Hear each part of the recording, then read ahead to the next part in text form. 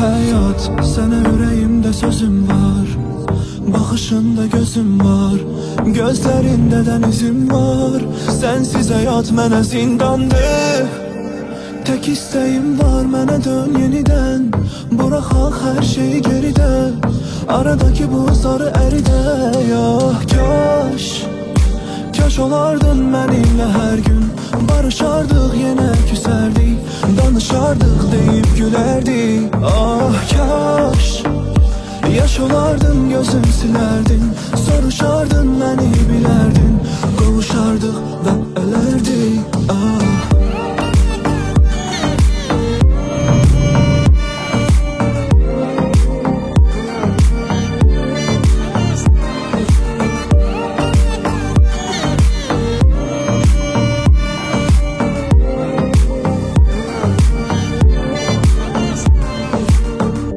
gözünde parlayır ay ışığı, güneş sönse belə alışırıq, geceden gündüze karışırıq, sanki sema ile danışırıq. Ah, tek isteğim var, mənə dön yeniden, bıraxaq hər şeyi geride, aradaki buzları eride.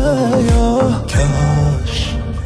kaş olardın benimle her gün, barışardık yine küserdik, danışardık deyip gülerdik. Ah kaş yaş olardın, gözüm silerdin, soruşardın beni bilerdin, kavuşardık ve ölerdik. Ah